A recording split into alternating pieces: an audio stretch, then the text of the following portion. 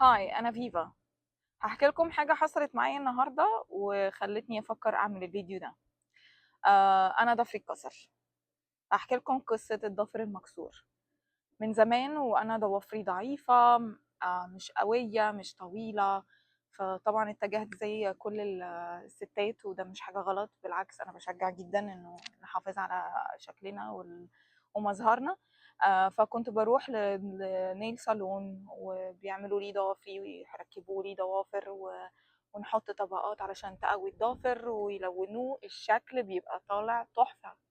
أول ما بخرج من النيل صالون نقعد أسبوع، يمكن كام يوم لو في أي عوامل أو حاجة بعملها في المطبخ، حادثة من الحوادث استخدمت إيديا بغلط، بتكسر شوية الضافر. بس عايزة أقول لكم إن الضافر ما بيكسرش من بره لجوه، بيكسر الأول من جوه، من عند الضافر الأصلي، وبعدين الضوافر الصناعية بتبتدي تتكسر وبتتقطم كلها.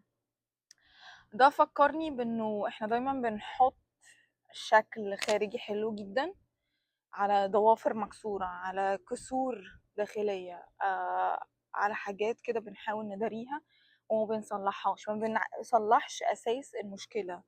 وده اللي خلاني أفكر إنه لازم أبتدي أصلح ضفري الأصلي، لازم أبتدي أعالج أصل المشكلة.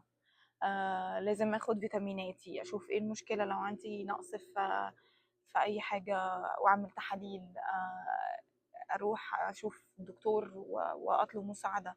مهم اعالج سبب المشكله، لانه سبب المشكله بيكون داخلي وبيطلع يبقى خارجي. مش صح ان احنا بس نداري على العيوب والمشاكل.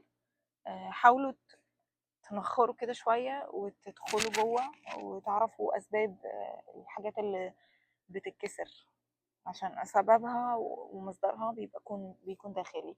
عندي امثله كتيره كده في حياتي، بس قلت أشارك معاكم قصة الضفر المكسور. لو عندك حاجة مكسرة دور على مصدرها وقولي.